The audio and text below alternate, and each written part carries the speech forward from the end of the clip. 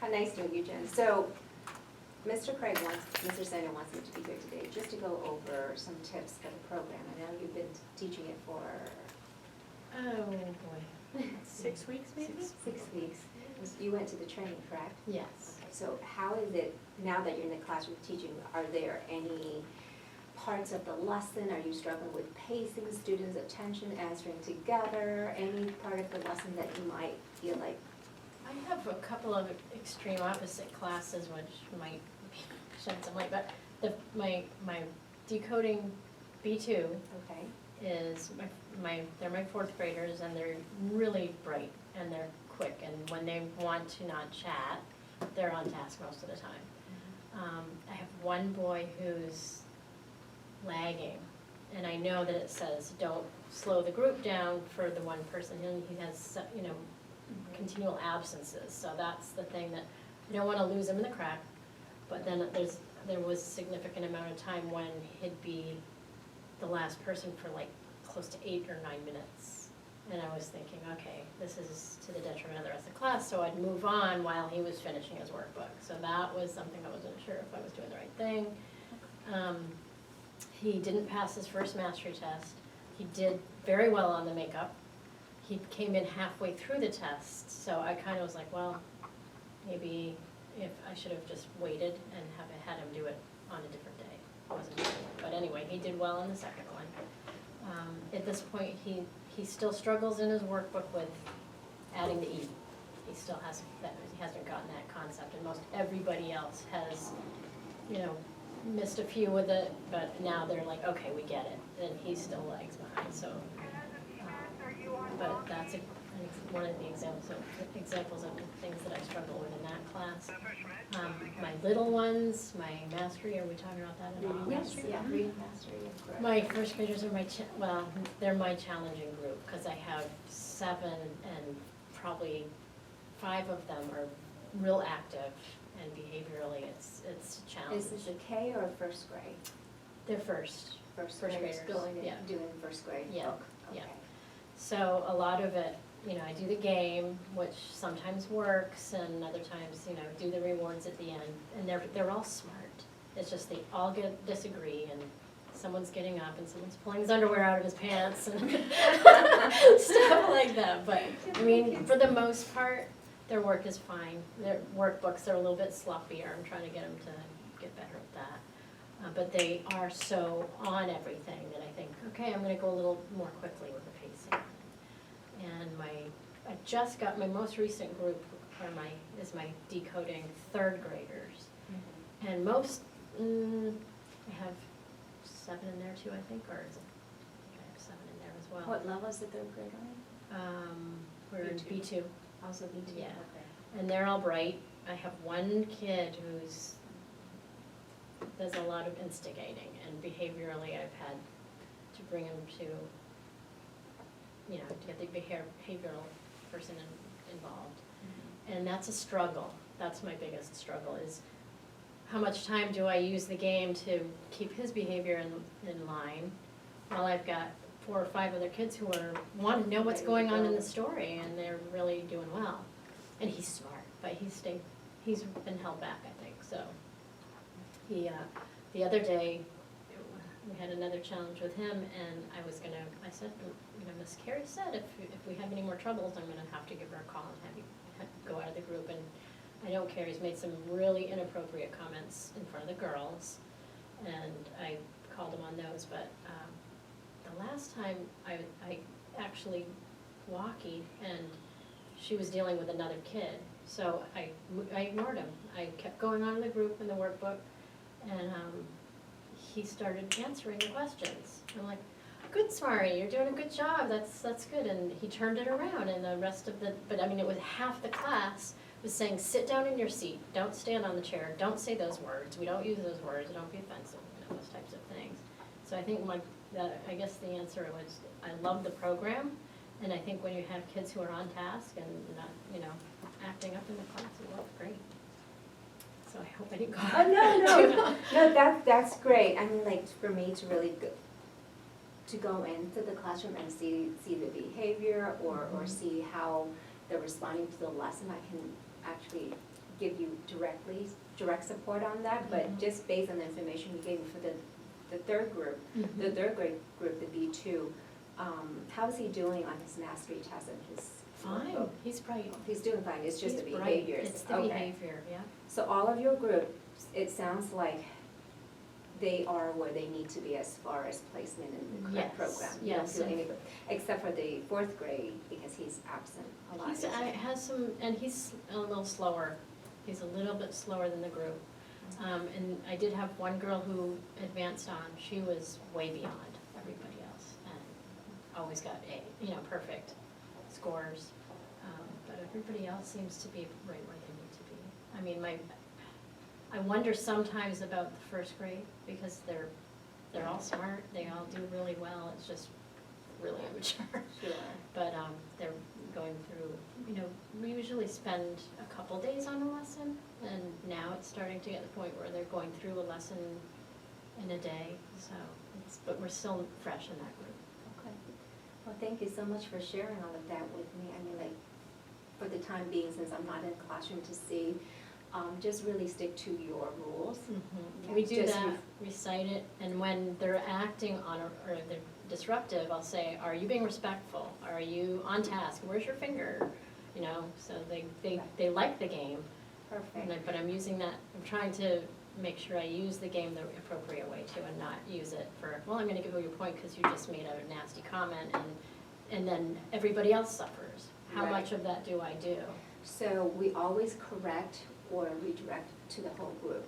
We would never say, Cindy didn't do that right. I did. No, not that way. Okay, so things like, if not everybody is tracking, I get a point because I didn't see everybody That's right, tracking. yeah. Or not everybody's showing the respect because you're sitting on the floor, or, Right. always refer back to the rules and the behavior, and then I love the way everybody is tracking with their eyes, 2 points for you guys, so always go back to that, telling them why they're earning those points, Yeah. and telling them why you're earning that point because they're not following those rules. And Okay. you have these rules, correct? Yes, we. For the reading No, I mastery? don't have Yeah, this we could one. use I this go by one the because we other have the one. star rules, So that would be for nice. the K2, we Okay. use, it's similar, but it's a little bit more, it's sit tall, talk big, look at the book or the teacher, answer together, and do your best. So I Oh, can, yeah. let me email it to you, I have it in Perfect. color, so Great, you that can would be print it, awesome. because I know you have the star rules for the For older, the for the other- older We have them kids. up in our cubicle, so they look at that one, and for the most part, it applies, but yeah, this is more on their level. Yes, exactly, it's more age appropriate, Right. there's a little visual for them to refer to. So adhere to that, Okay. and see if that's gonna help with the behavior, as far as the students staying on task. Okay. Okay, so there's something that I kind of prepare, you've seen this at our training, but we have a few general corrections when students are not attending. For example, you have to redirect the student, I'm talking about our reading mastery here right now. So this is for reading mastery for your K1 and 2 students. So if the students are not attending, you'll have the students, you redirect the student back, watch me, look at my finger, let's try that again. If they're not responding, like again, I have to hear everybody, so you need to include everybody. And for signal violations, if they're going in too early or answering too late, you gotta keep modeling it and practice until they get it. And so I can leave these, I don't know if you got this at the handout, but these are some of the things that you can try if they're not. And that's specifically for the mastery? Reading mastery, Okay. yes. Now, you're talking about pacing. So we recommend that for reading mastery kindergarten, it could be done in 30 minutes each lesson, up to lesson 60. When you move into lesson 60, there's 61 and beyond, there's going to be the spelling key, so that's going to take a little bit longer. For reading mastery 1, it takes generally about 45 minutes to do a lesson. So we're in the 70s now. Yes, and so it's going to take you a day and a half. I don't know how long you have for your block to do that. It's what, 35, 40? 45. 40. Okay, Yeah. so it's doable. I mean, like, the more practice the more you teach, you will be able to meet that goal. Miss Shirley, can you come join us? For the correction procedures, are you familiar, or do you have any questions about when a student's making an error during their reading? I've been, Okay. they Hi. respond really well relative way when we go back. Okay. Miss Spanish is going over some of the, Hi. some tips and stuff with, So do you teach a reading mastery group? are you just doing language for learning? Okay, so Oh, then this isn't really clear. I didn't know if you were doing the other group or if that's just learning. Okay, No, I am doing, just language for learning. yes. Okay, Yes. okay. But you can, Yeah. you're welcome to say if you have other things to do. I'm sure you have other things to do. Yes. How are so I hear that you have a pretty small group, so you're teaching from your book, so are the students able to see your work, your presentation while you? I keep it in my lap most of the time, right? Especially, because there are other kids I've seen all the like, they Right. know the answers are there. But I go by you mean, am I going by the script or? No, when you teach the lesson, you have Yes. to hold up your book for some of the Oh, sounds. for reading mastery? Right, Yes, yes. yes. I'm sorry. So, I was no, going to I was do- just going over the physical arrangements, since you have a small group of kids, they should be able to all see it from, Yeah, we're right over, as you go out the door on the right-hand side, so it's kind of like this table. So sometimes I'm in the middle, so it's kind of like the kidney shape in a way, but I have these kids like, go out like this. And sometimes they'll say, I can't see, so I'll stand, or I'll raise it up, or I'll adjust it. so especially with reading master, since the book is pretty small and you have, if you have 7 or 8 students, it could be, so just seat them where, if you have a front row, Mm-hmm. the back row should be behind, in between those, so make sure that everybody is able to see that, because sometimes if they're not paying attention, or if they're not responding to you because they can't see it. And so, it's kind of hard for me to go over this without seeing the classroom, Mhm. but as far as, the group goes, do you have any other questions for me, or is there any specific, format that you want me to model for you? With either level?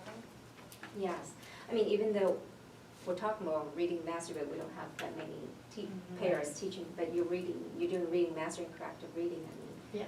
I can go over, corrective reading as well.